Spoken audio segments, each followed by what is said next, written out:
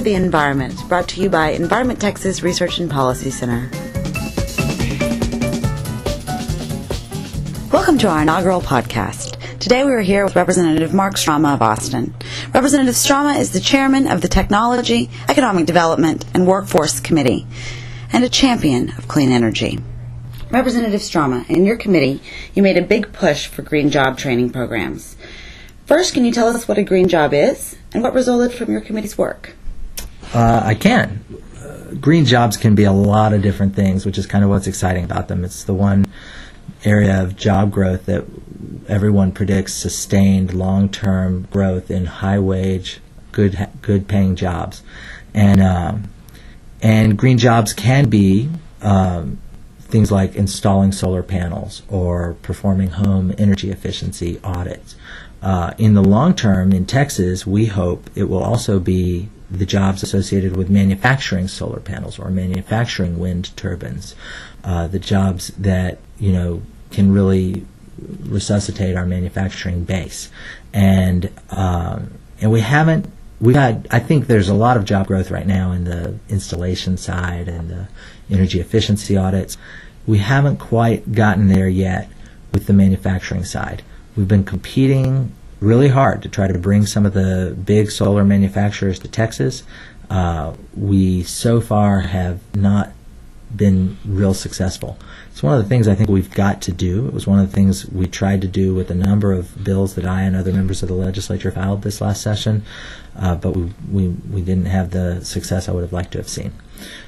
We did pass legislation that Senator Rodney Ellis and I worked on to create a fund for green jobs training, to give people the skills to do those home energy audits or the solar panel installation. The Green Jobs Training Bill was one of the few real successes of the session from my perspective with regard to renewables, and hopefully gives us a foot in the door to access more federal funding that we know the federal government is going to be flowing to the states in this area.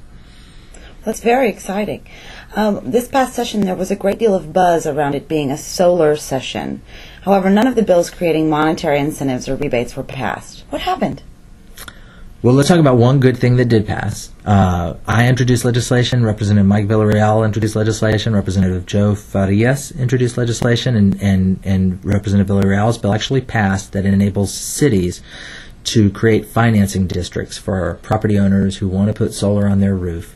The city can then loan them the money to do it and let them pay it back through their property taxes. I think that's a big win for the solar community, because it addresses the two biggest barriers that consumers face when they want to put solar on their roof. The first barrier is the big upfront capital investment. Most people don't have the money lying around.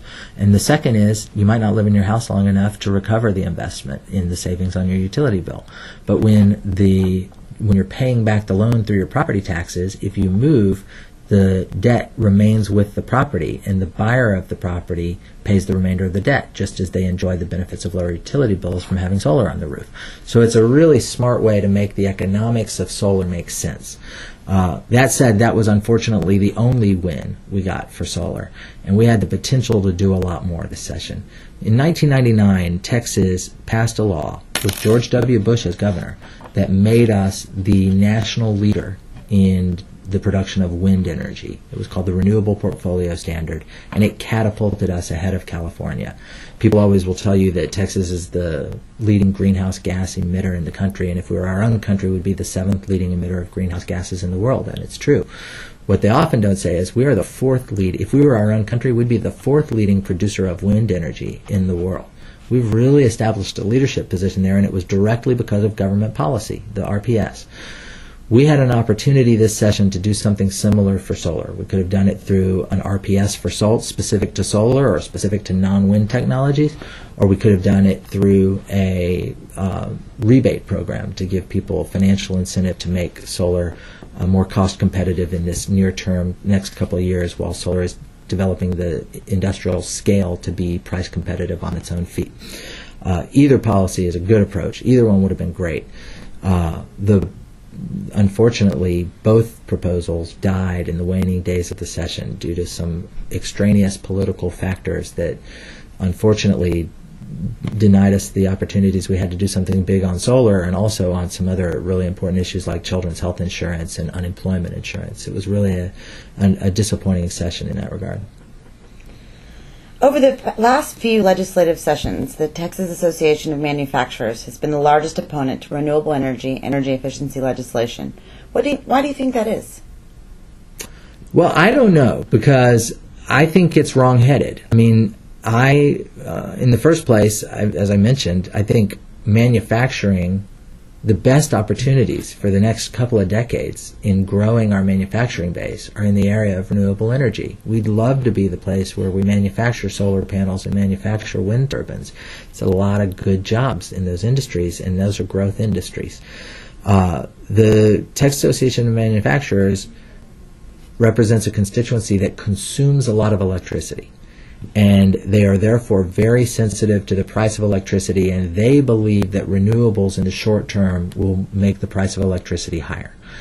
For some reason, they don't accept the analysis from the PUC and ERCOT that shows that, for example, the generation of wind power in North Texas and West Texas has actually contributed to a lower overall price of electricity in the last several years, because wind is competing at a very low price and giving people choices. And we saw what happened when oil went to $140 a barrel and natural gas prices were really high. We saw what happened to fossil fuel prices in the last 18-24 months, and we all ought to be hedged. We all ought to want to be hedged against the volatility in fossil fuel prices. Al Gore said it best. He said, if it is a basic law of economics that if you consume more of a scarce resource, its price will go up, and that is what we're doing with fossil fuels.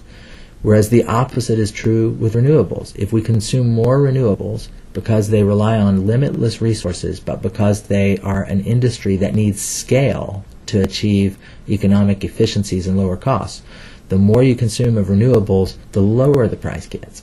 And so it seems to me that the interests of the manufacturers ought to be aligned with the interests of those of us who want to embrace renewables for their environmental benefits. But they don't see it that way yet. I'm working. And what is your outlook for clean energy in Texas going forward? Well, I still think it's the most important investment we can make as a state besides education. We have enjoyed enormous prosperity in the state for the past 100 years because of our leadership in the oil and gas industry. There's a startling statistic that the governor likes to quote. 70% of new jobs created in the United States in the last year were created in Texas. And people disagree about why. Some people say it's because of our tax policies. Some people say it's because we have relatively lax environmental regulations, which makes us a friendly place for business. Some people say it's because we've had aggressive tort reform. Some people say it's because we have a wide open border with Mexico, which attracts a lot of immigration, low-cost labor, and they spend a lot of money in this economy. Nobody really knows, but the explanation I find most persuasive for why we created 70% of the new jobs in this country last year is because oil was above $100 a barrel. And our economy roars when oil is expensive. The problem is the rest of the country is wise to this, because while our economy was doing well at $100 a barrel oil, it was crippling the rest of the country's economy. Meanwhile, we're also dealing with the emerging scientific consensus about global warming. We're also fighting wars in the Middle East that at their root have oil as one of the factors. And we also are subject to that price volatility in fossil fuels. The rest of the world and the rest of this country and most Texans want to get off of our dependence on fossil fuels. And that means that somebody, Texas or somebody else, is going to emerge as the leader in the renewable energy industry. If it's not us, we put at risk 15% of our GDP that we get from being the world leader in the energy industry today. 15% of our GDP. And anybody who lived through the recession of the 1980s in Texas and remembers what happened when oil was down at $12 a barrel. It's not just people in the energy industry who are affected by it. It's everybody. It's restaurants. It's hotels.